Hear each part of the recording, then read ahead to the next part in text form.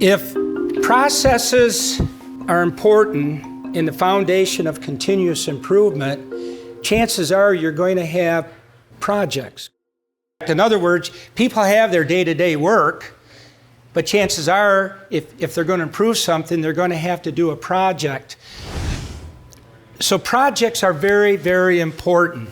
Projects are the lifeblood of most organizations, not just project-based, such as construction and software companies. Project development is a project, productivity improvements are projects, business acquisitions are projects, market development efforts are projects. Every single strategic component of an enterprise is a project. Thus, the economic health of the organization rests on the organization's ability to conceive, plan, and execute projects successfully. Projects are where the money is because of the value they bring. Complete your projects on time. Very, very, very important. Now, in the fall of 1990, I was taking my kids to Toys R Us. Back then in Arborland was a mall. And I would take them sometimes on a Saturday and let them get a toy. And I noticed out in the mall that there was a book sale on used books. And I love books. So about 10 minutes walking around, I found this book that was published in 1959.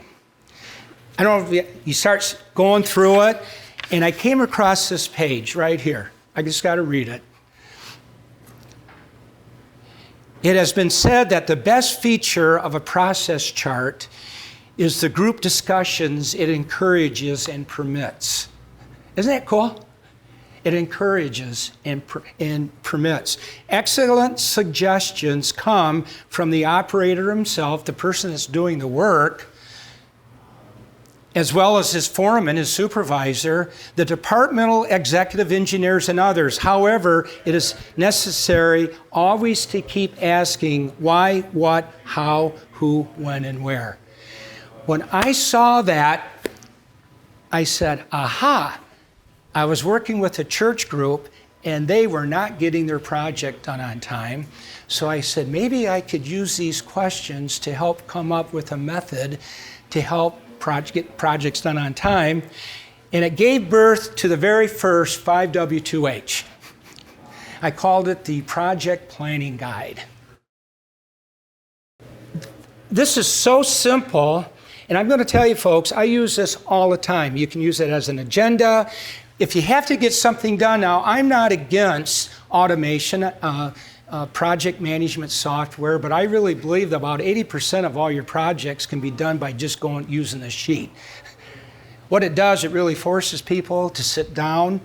You can get your yellow stickies and think about all the hows, and then you can storyboard them and put them into this format. But you need to know your subject, you need to know the purpose, when, the sequence, where, the location, who, the people, and very important, how, the method.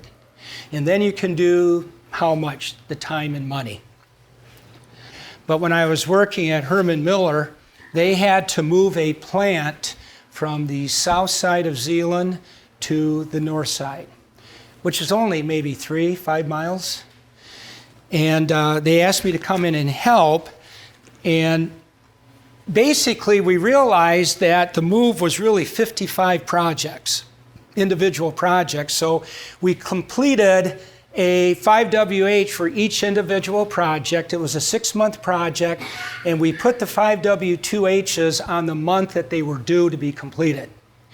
And then people would come in once a week, have discussions, and determine what needed to happen next. It ended on time, within budget. There were no related injuries. All the people issues were addressed, and completions actually improved. During that time, they got more out. Everyone got so thrilled about this that it started to spread through the plant. Everyone started using visual management, and we ended up making a case study book on it.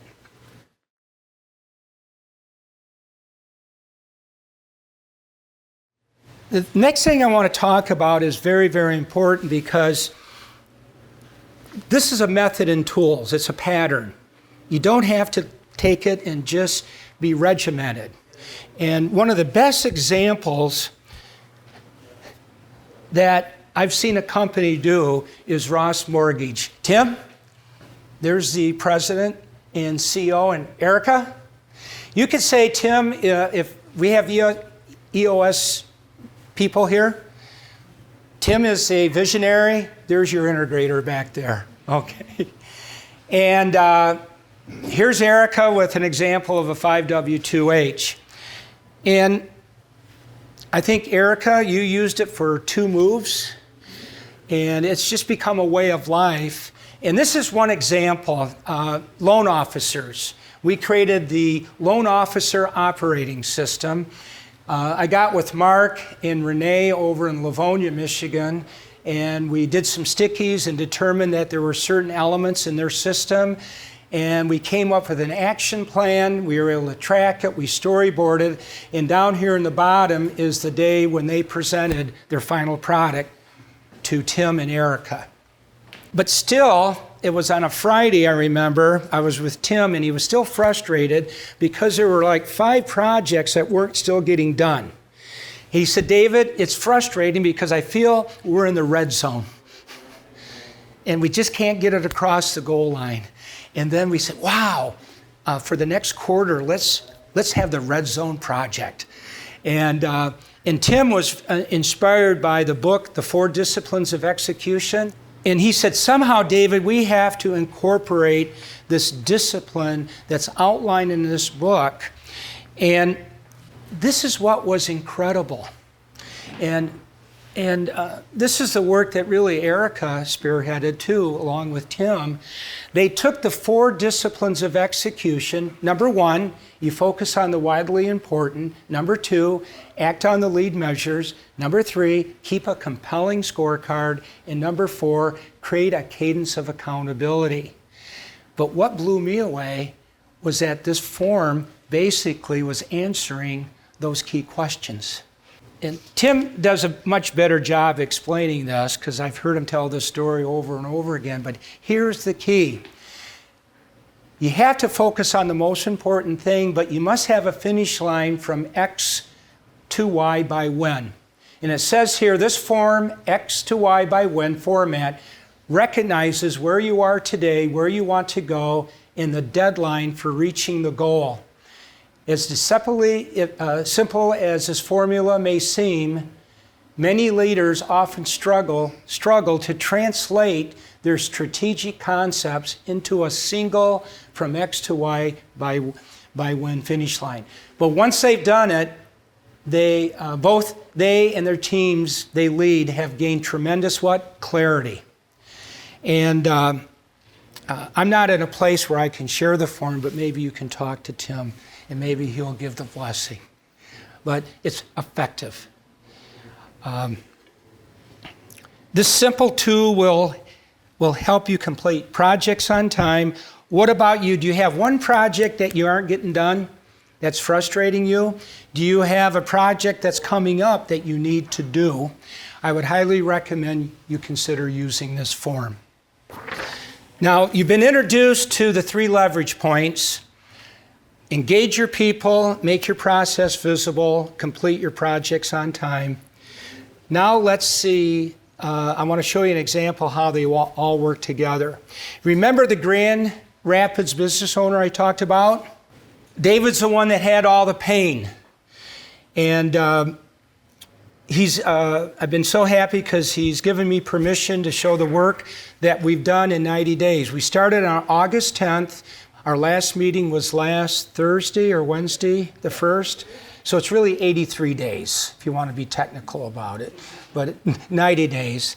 And I want to show you some examples. Oh, excuse me, Erica. I wanted to get one. This is people engaged. Here's Erica with the vice president. They're having a meeting on getting things done, and I wanted to show that.